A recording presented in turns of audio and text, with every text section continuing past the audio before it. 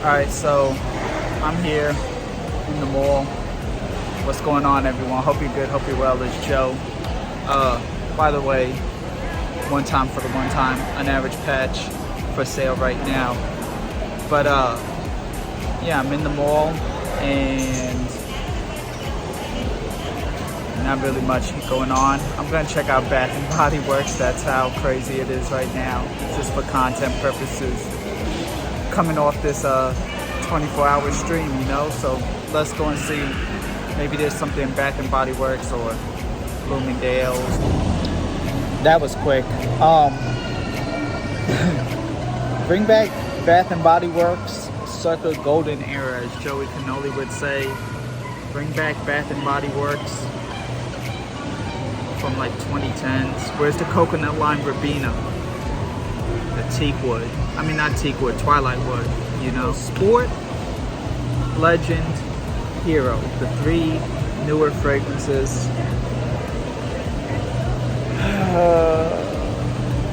Sport smell like Dior on Sport to me. Duh. Even smelled a little bit like the old YSL Lone Sport. Throwback for those who didn't know. Citrusy fresh, nothing too crazy. Hero reminded me, it was good, but it reminded me a lot of Narciso Rodriguez Blue Noir.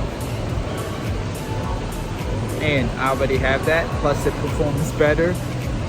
And unless you're getting it at one of these 75% off deals, you might as well just go with that because it's going to be about the same price on discount. And then Legend just kind of reminded me of like Twilight Woods a little bit. You know, this woody fragrance with the citrus top. Yeah, basically it was like Twilight Woods for 2022. I'd recommend you don't get any of these unless they're 75% off right now. Not everything is.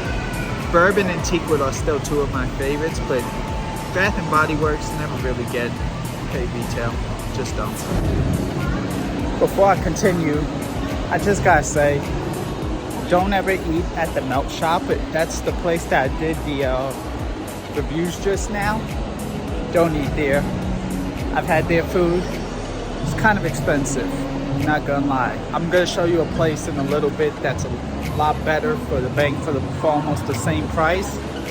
Also, I've heard from employees and I've seen it myself. A lot of their stuff is not proper, if you will. It's just nasty when you think about it. So avoid. Those are my unAVERAGE thoughts. Now the Bloomingdale's. At that spicy Houston. So a couple of things, but first I'm gonna eat this, and then I'm gonna talk about my trip at Bloomingdale's. So I was able to make some content after all because I found some things over in Bloomingdale's. Bloomingdale's comes through clutch, honestly. Between, I think her name was Nicole, last time with Lalabo. So this time we're talking about Kilian's cologne. It's a nice, fresh, clean fragrance. Better than Vodka on the Rocks. But honestly, for $250, and this isn't me shilling, I'd definitely say go Citrine from Zahara. Fresh rosemary, kind of vetiver-y, mandarin, ambergris, musky type of fragrance. It's good, not $250 good though. I was finally able to try the Vert, also a part of that whole Angel Share and Apple Brandy on the Rocks collection, you know, that whole thing. So that was a nice one. I'd actually get that. Like if for a spring summer fragrance, I would go that way than that. So shouts out to Melissa. She's in the Bulgari and she's in the Kilian boutique. Shouts out to her for tracking down the cologne so this way I can finally try it. What is spicy, little red, and very down to earth? Not your strawberry shortcake. Although shouts out to Issa. We are talking about a glowing night from Gucci. This was good, and I had the chance to try this with Hill, Jar, and Rudy when they came to New York.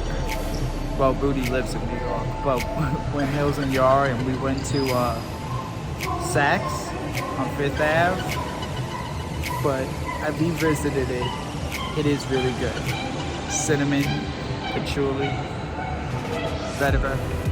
Gives you like this rose accord vibe, which y'all know I like my rose fragrances for the most part when it's spicy like that. It's a really good fragrance. That's probably gonna be the first one from the Alchemist Garden that I end up purchasing too, honestly, when it's all said and done.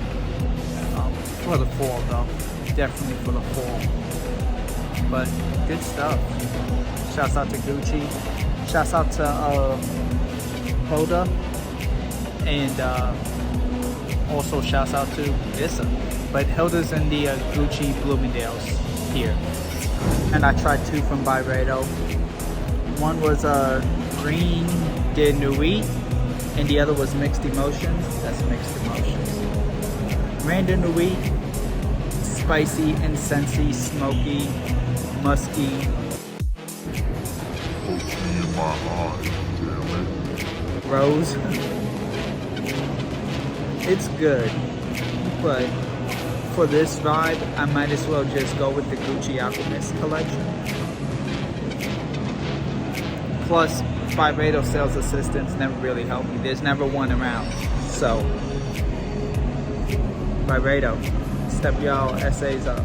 Good, but not great. This comes in like the same colorways that they're like Tobacco Mandarin and something Lily fragrance. Mixed Emotion was like a fruity, fresh fragrance. Honestly, this reminded me of Dear Polly from Wilhelm Perfumes. A little bit more freshness to it. Less freshness. There was more of like a woods tone to this. Whereas Dear Polly had more like freshness. I think it was from like I think it had oak moss in it. I just remember it being a lot fresher, but this is like a tea current situation. A little bit of woods. It's good, but nothing mesmerizing from either one of them between Dear Polly and this. I don't know. This also reminded me of Elizabeth. Oh God, I'm blanking. Elizabeth Arden's green tea fragrance that you would find in all the TJ Maxx's, TK Maxx's. Yeah, not bad, but whatever, it's Byredo. And last but not least, we are talking about Creed. What? Joe's gonna talk about Creed? Yeah, I'm gonna talk about Creed. A little bit. Not in full because I talked about it during my 24-hour stream that you can see right there. I know, I'm sorry. I tried Windflowers. Good, not great. I have the samples right here. Like I said, I discussed this though on my 24-hour stream. So tune in right there. But shouts out to Samaya. I will say this. I like Windflowers. Don't like that price. Bloomingdale's, or one of the, if Bloomingdale's has a sale, then definitely at that point, hit them up. Or if you have credits or get a gift card, yeah. But y'all know how I feel about Creed as a whole. We're not gonna get into that today. We are not. And I know, right? Wait, no Pit Vipers? Listen, I had Ray-Bans before Pit Vipers.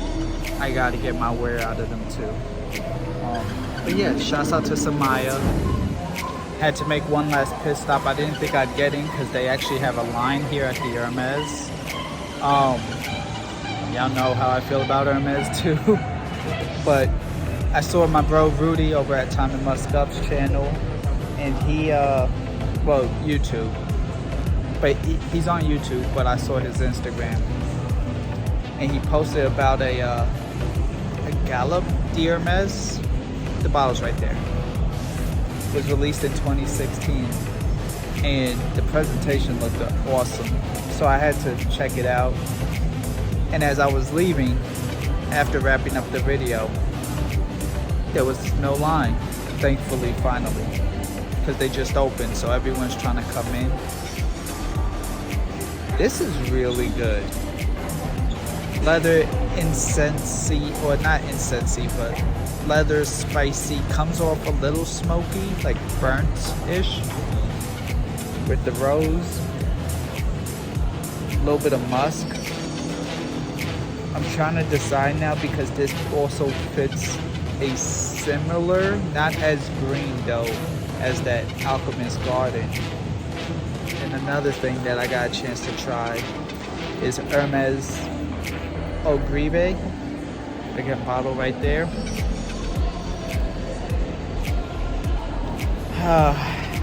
Freshy.